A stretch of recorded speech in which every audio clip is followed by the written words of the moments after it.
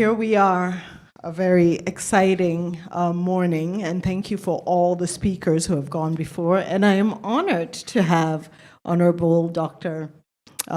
Minister Bosun from Nigeria. We'll get right into it because I think this is rapid fire, short sessions. And you've heard this morning that despite progress in advancing education in Africa, girls are still disadvantaged. How can we turn this around? And what is the role of technology in doing this? Thank you, Erika. Distinguished participant, I think if you don't mind, you should join me in giving a round of applause to MasterCard Foundation for the amazing commitment to helping to change the face of our continent through education. Please join me. Thank you. Thank you. We appreciate the work you do and your commitment, and of course, also congratulate Joseph, for the Honorable Minister, for the progress. I think to answer the question, I've been extremely privileged, though I'm a Minister of Communications, Innovation, and Digital Economy in Nigeria. I've been privileged to also work extensively in education over the years. And I think it was about 7-8 years ago that I stumbled upon something at CCHub, which was the organization I co-founded and I ran, around inclusion, particularly how do we ensure that we bridge the gap and remove the barriers for our women. And that realization came when we ran a program which was meant to support, I think, about 7 entrepreneurs, and 6 of them ended up being women. So we actually didn't have that inclusion and gender issue in the program. And it carried on in a lot of the things we did at CCF. So I started looking at the details, and I stumbled upon 2 things. One is that when we talk about supporting girls or women in Africa, we tend to either want to take a one-size-fits-all approach, which we think will cut across the continent, or sometimes we borrow perspectives from abroad. And I realized that the answer is actually in our culture and social norms. Especially for my country, if you dig deep into our culture, there's a lot of respect and a sense of duty of care for women, which I think historically, over time, is not evolved with time. So it stayed almost as a form of control, which wasn't the original intention. That was what I stumbled upon. So in my culture, there are certain things that we'll never let our women do because of fear of danger towards them. And sometimes that duty of care will lead to control and exclusion in economic activities. So we started realizing that if you're to design a successful program for women in Nigeria, you first need to start with addressing cultural and social norms. You have to be able to help their family members see that they're not going to be exposed to danger, right? That the program you're creating is safe for them, right? So that's part of some of the ways in which we were dealing with issues of culture and social norms. And also in some cases, being able to articulate how these programs will actually empower them to continue to be the strong support that they have to society. Because that's what they are in most African countries. Women are the backbone of our family. They're the backbone of our communities, the backbone of our society, not men. And I think African women with an understanding of the culture can actually attest to that. But I think over the years, it's gone the other way. And in addressing it, I think that has to be the starting point. The second thing I picked up was in how we communicate programs that we put out for people, especially within the technology space. I think we tend to want to communicate very futuristic things that technology is going to, it's that forward-looking thing that we're looking at. But most of the time, what we found at CC Urban in Nigeria was that when you put emphasis on solving problems and doing things for people, women tend to turn up more than men. Right? So men want to build the next Facebook, the next big thing. So for instance, when we were looking for solutions that could help address health-related issues, we saw more women. And one of them is extremely popular in Nigeria, our Life Bank, which is I think the last time we had the EdTech conference in Abuja, someone actually needed medical support, and this was a company that came to our rescue. We've seen the same in sustainability as well. So I don't think we have a problem on the African continent. I think we just don't take our own culture and social norms into elevating and progressing how we support girls and women. Thank you very much for that. Excellent to acknowledge that we may have to go, the panel this morning was talking about looking at the system and reframing it all over again. And as you said, culturally, it's critical to understand why things were there and how now we need to adapt moving forward. So you talked about the EdTech conference that took place in July in Abuja, and data, infrastructure, and policy were raised as some of the most important focus areas.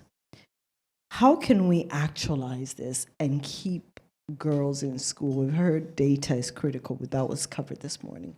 But from your experience, building on the data, building infrastructure, and the right policy, as we move forward with those, how could we not leave the girls behind?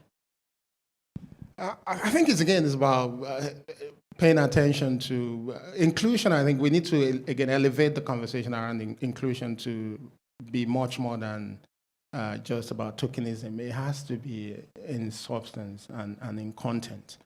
If I take my experience again at CC Hub, when we set up, which was the first tech hub in Nigeria, almost the size of this room was what we started with.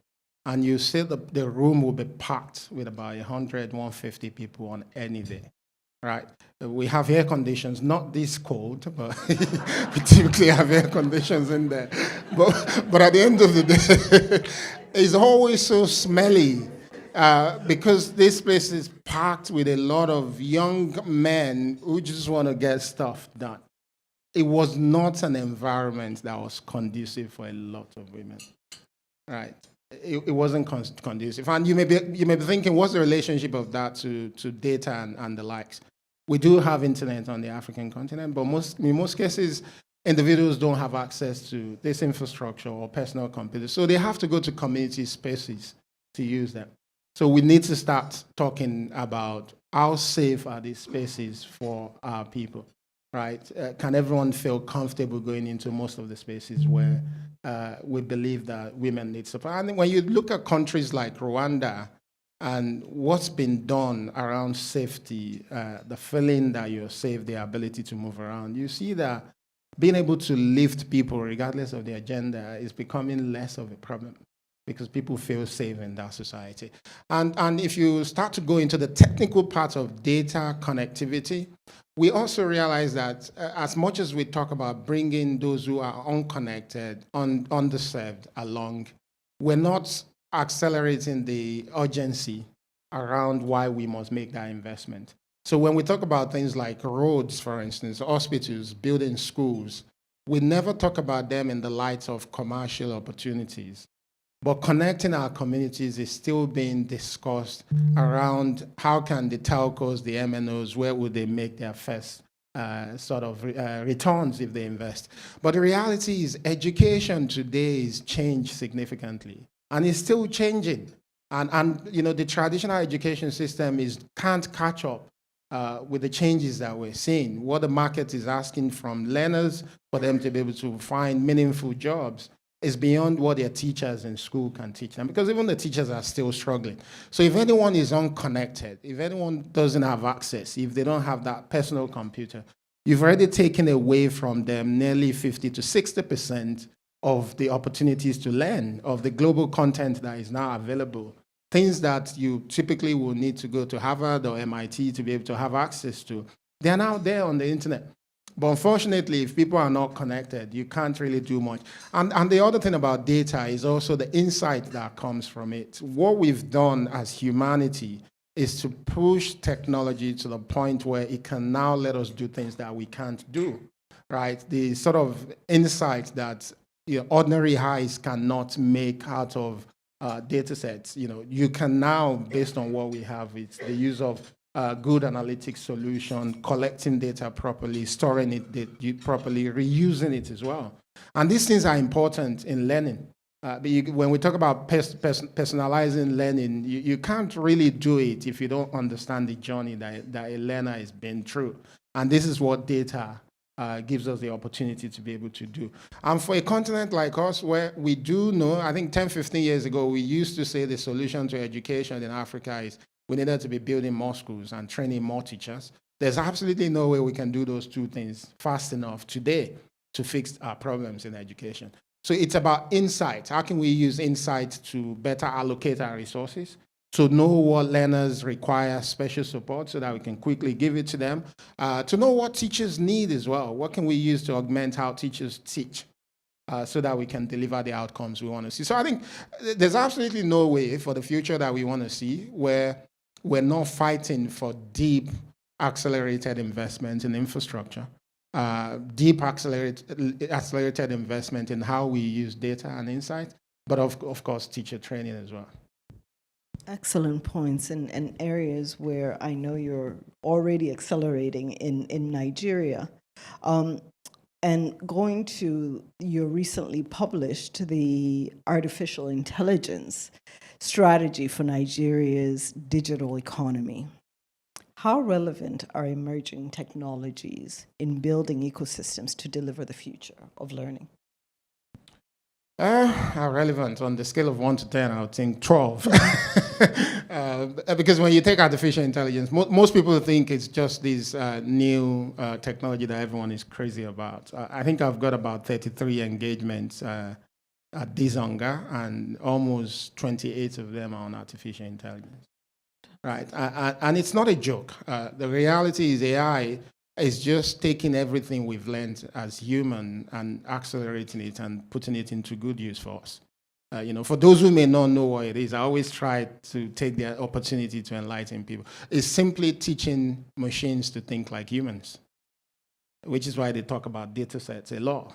Collecting everything we know, feeding it into a machine, so that when you ask that machine questions that you ask humans, the machines can answer, or they can do tasks that humans can do. That's simply what it is. And you probably will understand that there's absolutely no way that individually we can be smarter than AI, because AI takes everything that we can't keep in our head and start to use it. And if you look at Africa, you start to see that most of the challenges that we want to fix will be around productivity at first, whether it's in education. We want our education system to be a lot more productive, right, to produce better results. If you look at agriculture, transportation, we just want productivity is the first thing that we need to fix. The second, obviously, is diversification. How do we strengthen several other parts of our economy so that we can start to also produce and perhaps create jobs? So when we talk about jobs, we have to diversify our economy. We cannot do those things through the traditional means of growing economies. If there are economics in the room, you probably know about total factor productivity. If you put in labor and capital, what you get.